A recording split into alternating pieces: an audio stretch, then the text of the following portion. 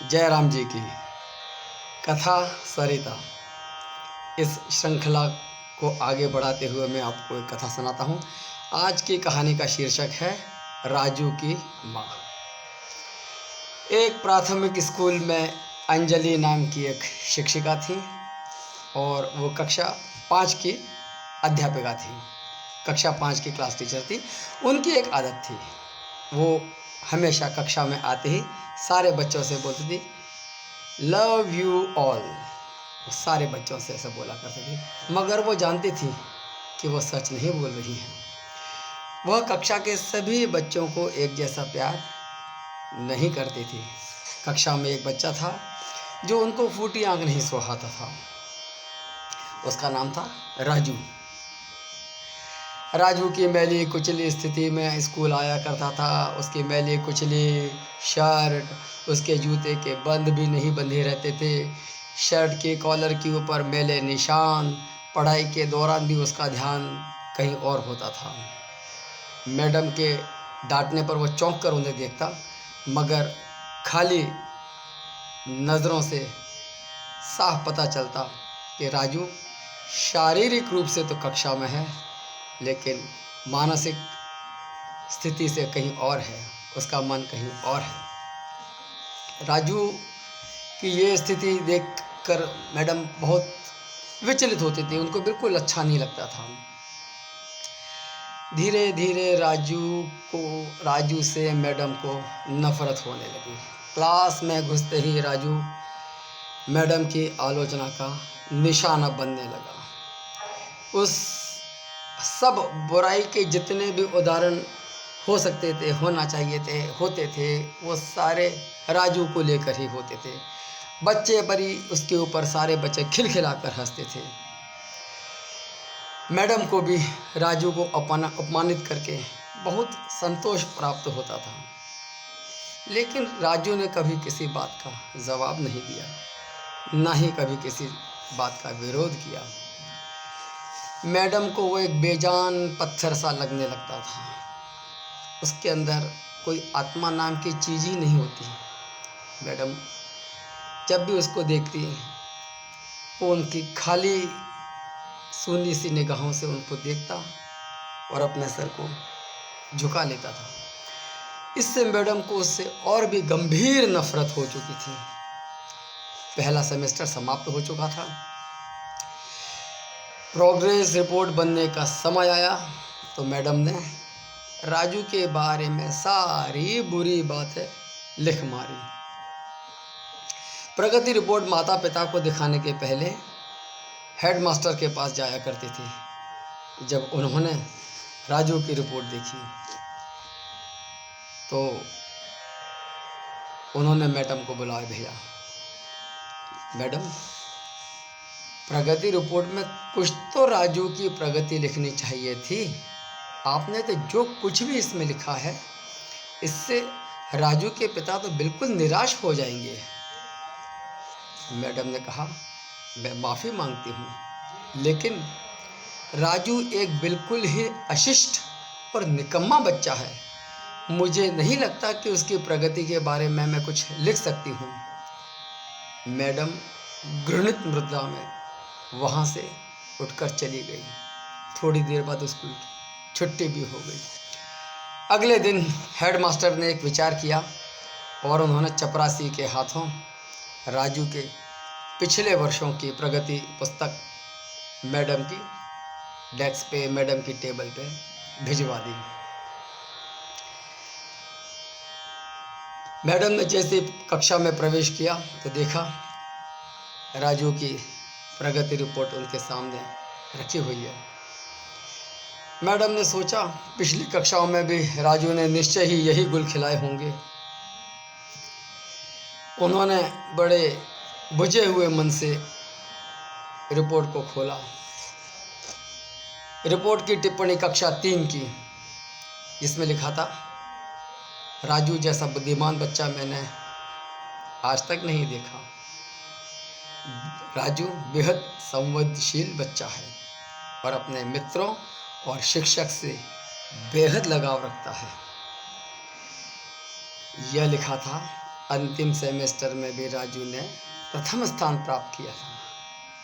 Madam ने अनिश्चित स्थिति में कक्षा 4 की रिपोर्ट खोली, जिसमें लिखा था, राजू अपनी माँ की बीमारी से बेहद प्रभावित है। राजू की माँ, जिसे कैंसर हुआ है और वो अंतिम चरण में है। घर में राजू का ध्यान रखने वाला कोई नहीं है और इन सब कारणों से राजू पर बहुत गहरा प्रभाव पड़ रहा है। नीचे हेडमास्टर जी ने लिखा था, राजू की माँ मर चुकी है और साथ ही राजू के जीवन की चमक और रौनक भी उसे बचाना होगा, इसके पहले कि बहुत देर हो जाए। हमें राजू के बारे में सोचना होगा। यह सब पढ़कर मैडम के दिमाग पर एक भयानक बोझ हावी हो गया। कांपते हाथों से उन्होंने प्रगति रिपोर्ट बंद कर ली। मैडम की आंखों में से आंसुओं की धारा निकलने लगी। मैडम ने अपने साड़ी से अपने आंखें, अपने आंसू पोंछे। अगले दिन जब मैडम कक्षा में दाखिल हुई तो अपनी आदत के अनुसार उन्होंने अपना पारंपरिक वाक्य दोहराया, आई लव यू ऑल। मगर वो जानती थी कि आज भी वह झूठ बोल रही हैं, क्योंकि इसी क्लास के एक उलझे बालों वाले बच्चे पर वो जो प्यार था वो रोज जैसा नहीं था, अपितु रोज से ज़्यादा अच्छा था। सारे बच्चों से ज़्यादा आज राजू पे मैडम को प्यार आ रहा था। पढ़ाई के दौरान उन्होंने रोजाना की दिनचर्या के तरह राजू से एक प्रश्न दागा। राजू ने हमेशा की तरह अपना सिर झुका लिया।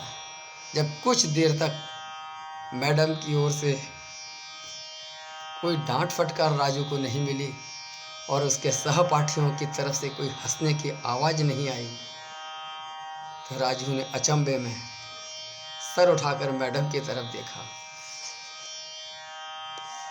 अप्रत्याशित उनके माथे पर आज न बल थे, न गुस्सा, न क्रोध, अपितु वो मुस्कुरा रही थी।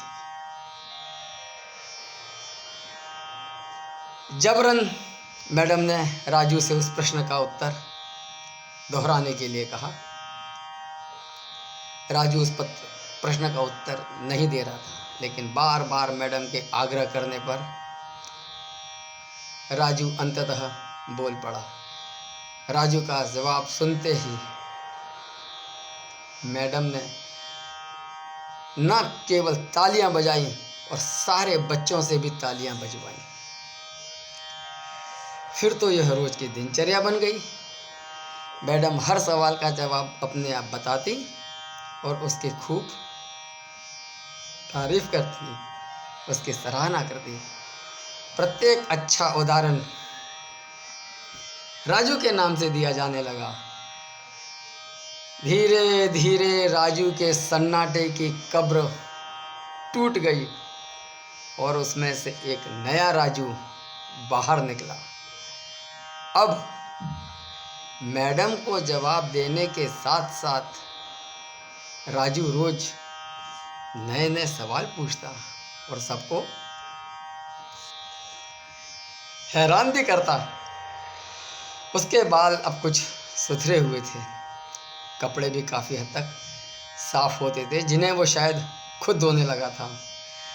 देखते ही देखते साल समाप्त हो गया। राजू ने दूसरा स्थान हासिल किया। 5वीं कक्षा पास कर राजू को अब दूसरे स्कूल में जाने की तैयारी करनी थी। कक्षा 5वीं के विदाई समारोह में सभी बच्चे मैडम के लिए सुंदर सुंदर उपहार लेकर आए थे। टेबल पर उपहारों का ढेर लग गया। खूबसूरती से उपहारों को पैक किया हुआ था।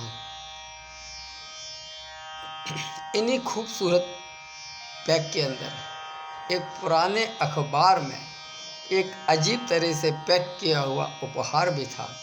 सारे बच्चे उसे देखकर हंस रहे थे और यह जानने में देर नहीं लगी कि ये उपहार राजू लाया है।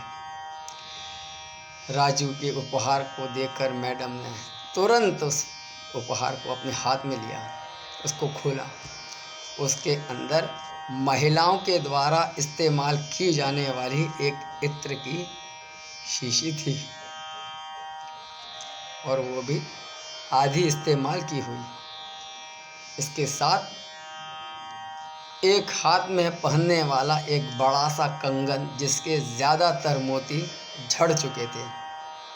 मैडम ने चुपचाप इस इत्र को खुद पर छिड़क लिया और कंगन को हाथ में पहन लिया। यह दृश्य देखकर बच्चे सारे हैरान हो गए। राजू खुद भी हैरान था। आखिर राजू से रहा नहीं गया और वो मिस के पास आकर खड़ा हो गया। कुछ देर बाद राजू ने अटक अटक कर मैडम से कहा, आज आप में मेरी माँ जैसी खुशबू आ रही है। इतना सुनकर मैडम अपने आंसू रोक नहीं पाई। उन्होंने राजू को अपने गले से लगा लिया। राजू अब दूसरे स्कूल में जाने वाला था। दूसरी जगह उसका दाखिला भी हो गया था। समय बीतने लगा। सप्ताह, महीने, साल बीतने में आखिर देर कहाँ लगती है। मगर हर साल के अंत में मैडम को राजू का पत्र नियमित रूप से प्राप्त होता था, जिसमें लिखा होता था, इस साल कई नए टीचर्स मेरे जीवन में आए मगर आप जैसा कोई नहीं था। फिर राजू की पढ़ाई समाप्त हो गई। पत्रों का सिलसिला भी समाप्त हो गया। कई साल गुजरे और मैडम रिटायर हो गई।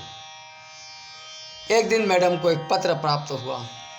उस पत्र को खोला। उस पत्र में लिखा था, इस महीने के अंत में मेरी शादी है और आपके बिना शादी की बात मैं सोच भी नहीं सकता। एक बात और, मेरे जीवन में बहुत सारे लोग आए लेकिन आप जैसा कोई नहीं। अंत में लिखा था, आपका डॉक्टर राजू। साथ में पत्र के विमान से आने जाने का टिकट भी था। मैडम खुद को रोक नहीं पाई।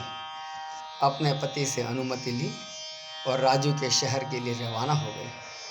शादी के दिन जब वहाँ पहुँची तो बहुत विलंब हो गया था, बहुत लेट हो गई थी। उन्हें लगा शायद समारोह समाप्त हो चुका था, मगर यह देखकर उन्हें बहुत आश्चर्य हुआ कि शहर के बड़े बड़े डॉक्टर, बिजनेसमैन, यहाँ तक कि शादी कराने वाले पंडित जी भी इंतज़ार कर कर के थक गए थे।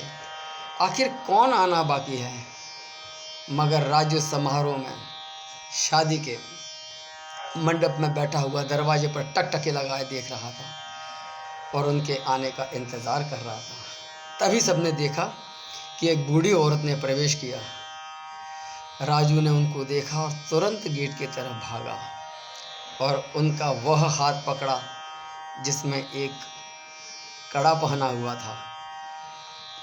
राजू उन्हें सीधा लेकर मंच पर आया।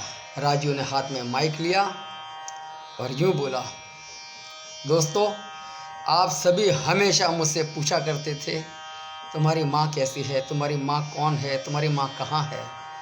और मैंने आपसे वादा किया था कि मैं आपको उनसे ज़रूर मिलवाऊंगा। ध्यान से देखो, ये है मेरी माँ, मेरी प्यारी माँ, दुनिया की सबसे अच्छी माँ, ये मेरी माँ है। ये थी आज की कहानी मित्रों।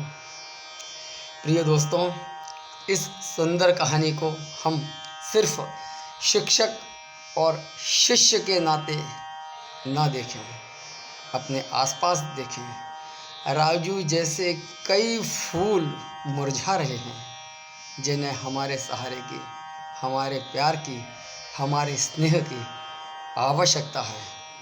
प्रयास करें हम उन्हें अपना सहारा दें। जय राम जी की।